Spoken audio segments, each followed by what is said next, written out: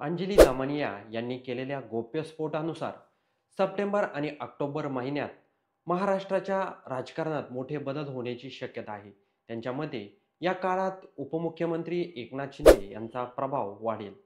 सध्याच्या राजकीय परिस्थितीत शिवसेना, शिंदे गट आणि भाजप यांच्या युतीमध्ये शिंदे यांचे स्थान अधिक मजबूत होऊ शकते. याचा अर्थ केवळ शिवसेनेचे नेते म्हणून नाही, तर एकनाथ शिंदे यांचा भाजपच्या नेतृत्वाखालील युतीला वाटा अधिक महत्त्वाचा बनू शकतो. यामुळे भाजपलाही केंद्रातील आणि राज्यातील सत्ता टिकवण्यासाठी शिंदे गटाची अधिक गरज भासू शकते. दमानिया यांनी उपराष्ट्रपती पदाच्या निवडणुकीचा उल्लेख करत केंद्रातील राजकारणाचे संकेत दिले. त्या म्हणाल्या की केंद्रात एनडीएचे घटक पक्ष भाजपला पुरेसा पाठिंबा देत नाहीये, अशी चर्चा आहे. अशा परिस्थितीत भाजपला अन्य पक्षाचा पाठिंबा मिळवण्यासाठी प्रयत्न करावा लागत आहे. म्हणूनच मुख्यमंत्री देवेंद्र फडणवीस यांना महाविकास आघाडीच्या नेत्यांसोबत समन्वय साधण्याची जबाबदारी दिली असावी, असं दामानिया यांना वाटते. यामुळे राज्याच्या राजकारणात भाजप आणि महाविकास आघाडी यांच्यात पडद्यामागे काही संवाद सुरू असल्याची शक्यता नाकारता येत नाही. उदाहरणार्थ, समजा उपराष्ट्रपती पदाच्या निवडणुकीत भाजपला काही मतांची गरज भासल्यास ते इतर पक्षाच्या मदतीनं ती कमी भरून काढू शकतात. अशा वेळी फडणवीस यांच्यासारख्या अनुभवी नेत्यांचा संपर्क उपयुक्त ठरू शकतो. यातूनच केंद्रातील राज्याला कसा अप्रत्यक्ष फायदा होऊ शकतो याचा अंदाज बांधता येतो.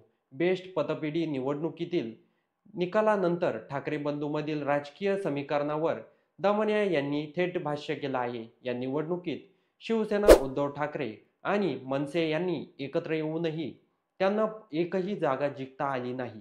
यामुळे पराभवानंतर लगेचच राज ठाकरे यांनी मुख्यमंत्री देवेंद्र फडणवीस यांची भेट घेतली. या भेटीकडे दमनिया यांनी राजकीय मजबुरी म्हणून पाहिले आहे.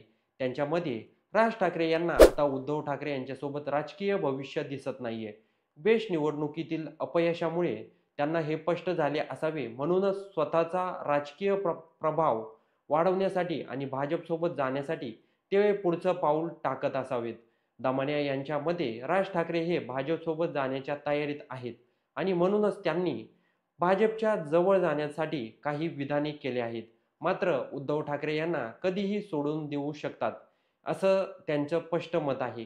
याचा अर्थ दोन भाऊ एकत्र आले असले तरी त्यांचे उद्देश वेगळे आहेत. उद्धव ठाकरे यांना भाजपच्या विरोधात एक मजबूत आघाडी तयार करायची आहे, तर राज ठाकरे यांना भाजपसोबत जुळवून घेऊन आपला पक्ष मजबूत करायचा आहे. अशा वेळी ही तात्पुरती युती लवकरच संपुष्टात येऊ शकते, असा दमनिया यांचा अंदाज व्यक्त केला आहे. एकंदरीत महाराष्ट्राच्या राजकारणात केवळ राज्याचेच नव्हे, तर केंद्रातील आघाडी घडामोडीवरही अवलंबून असल्याचं दमनिया यांच्या विधानातून दिसत आहे.